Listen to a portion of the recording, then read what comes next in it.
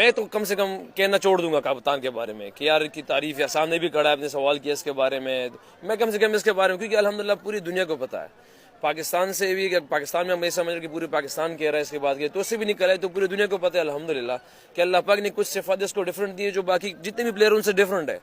تو وہی جو صفات ہے اللہ پاک کی، جنہوں نے پورے باقی جتنے بھی بیٹسمین ان کے کام لے کے آ رہے ہیں پورے پاکستان میں. اگر آج ہماری ٹیم الحمدللہ نمبر 1 ہے تو ہمارے پاس کچھ ایسے صفات والے ہیں الحمدللہ جس کی وجہ سے اللہ پاک پاکستان پھر نمبر 1 بنا دیا الحمدللہ. تو یہ کچھ کوالٹیز ہیں میرے خیال سے کہ سامنے کتنی تعریف کر لیں گے، سب دنیا کو پتہ ہے انشاءاللہ. جو جونیئرس کو کھلانا ایک میرے خیال سے جیسے کپتان اور جو مینجمنٹ اس بارے میں سوچتی رہتی ہے نا، کیونکہ یہ ایک شروع میں اگر آپ کو یاد ہے اس نے یہ بات کہی تھی کہ ہم لڑکوں کو موقع دیں گے، تو یہ ایک بیسٹ چیز ہے جو پاکستان کی اس کی فیوچرز کے لیے کافی مدد دے رہی ہے اور پاکستان کی آگے کرکٹ میں ہیلپ کرے گی، کیونکہ الحمدللہ سب کو موقع دیا جا رہا ہے، سب کھیل رہے ہیں. مگر ہاں ہمارے لیے میچ کروشل تھا، کچھ سینئرز کو جونیئر کا جو کمبینیشن بنایا تھا ڈیفیکلٹ ہوتے ہیں. انٹرنیشنل کرکٹ ہر میچ کا پریشر اپنا ہوتا ہے.